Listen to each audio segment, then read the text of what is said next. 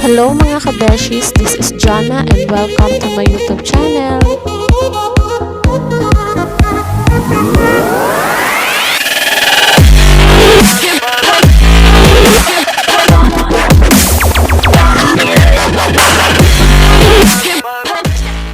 For today's tutorial, ituturo ko sa inyo kung paano nga ba i-remove ang iyong Google account.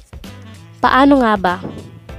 Before we start this video, kung hindi ka pa po nakakapag-subscribe dito sa YouTube channel ko, please click the subscribe button and i-click nyo na rin po ang notification bell para updated ka sa mga susunod kong videos. But first of all, ano nga ba ang Google account? Ang Google account ay isang user account na kinakailangan para mabigyan ka ng pahintulot na gamitin ang mga online Google services. Kapag naka-sign in ka sa iyong account, gumagana lahat ng serbisyo ng Google. Halimbawa na dyan ang unlimited download ng mga gusto mong apps at laro sa Google Play.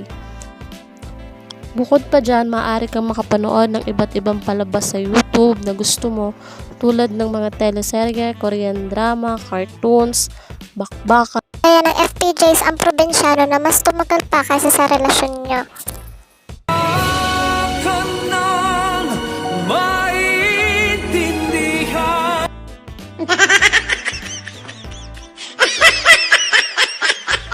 Magpadala at tumanggap ng email messages gamit ang Gmail mo.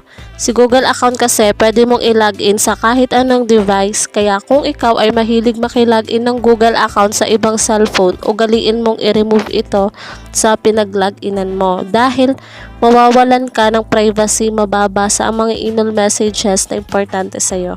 Pwede ka ring mag-remove or delete na ng account kung ito ay hindi mo na talaga mabuksan using your password or nakalimutan mo na yung password mo.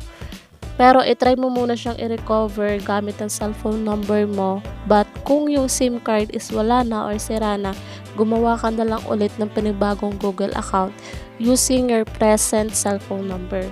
Then, remove mo na yung lumang account kung wala na itong importanteng nilalaman. Mas maganda kasi na updated ang mga impormasyon sa pag-recover ng account gaya ng cellphone number for OTP or another email address na nakaregister sa luma mong account na active para kung makalimutan mo man ang password mo or may ibang taong gumagamit ng iyong account nang walang pahintulot, mas malaki ang posibilidad na mabawi mo ang iyong account. So, let's go and proceed to our tutorial. Paano nga ba mag-remove ng account or Google account? Ang una mong gagawin is hanapin mo yung settings icon sa iyong cellphone at i-click ito. Scroll up mo and hanapin mo yung accounts and sync. Sa ibang phone, user and accounts or accounts lang ang nakalagay. Accounts and sync, then click mo yung Google, lalabas dyan ang mga Google accounts mo. Ayan, dinlearn ko lang po siya dahil nagko-contain siya ng mga personal information ko. Then, i-click mo yung email address mo. Sa pinakababa, i-click mo yan na delete at madidelete na ang account mo. So, ayun nga po, na-delete na. Kung marami kang account na gustong i-delete, same process lang. Pindutin mo lang yung email, then click mo yung delete sa baba at madidelete na ang gusto mong deleted na Google account.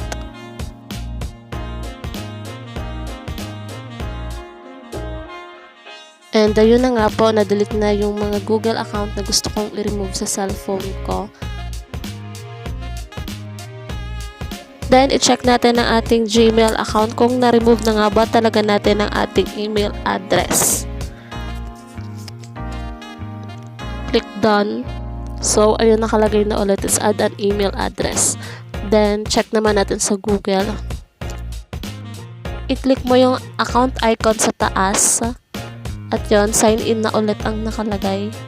At ayun na nga, ganyan lang po kadali ang mag-remove or magbura ng Google account sa cellphone. Kaya kung ikaw ay mahilig makilogin, ugaliing i-remove ito sa pinag-loginan mo. That's it for this video. Sana may natutunan po kayo. Please don't forget to like, share, subscribe, and i-click na rin po ang notification bell para updated kayo sa mga upcoming videos ko. Thank you. See you again on my next video.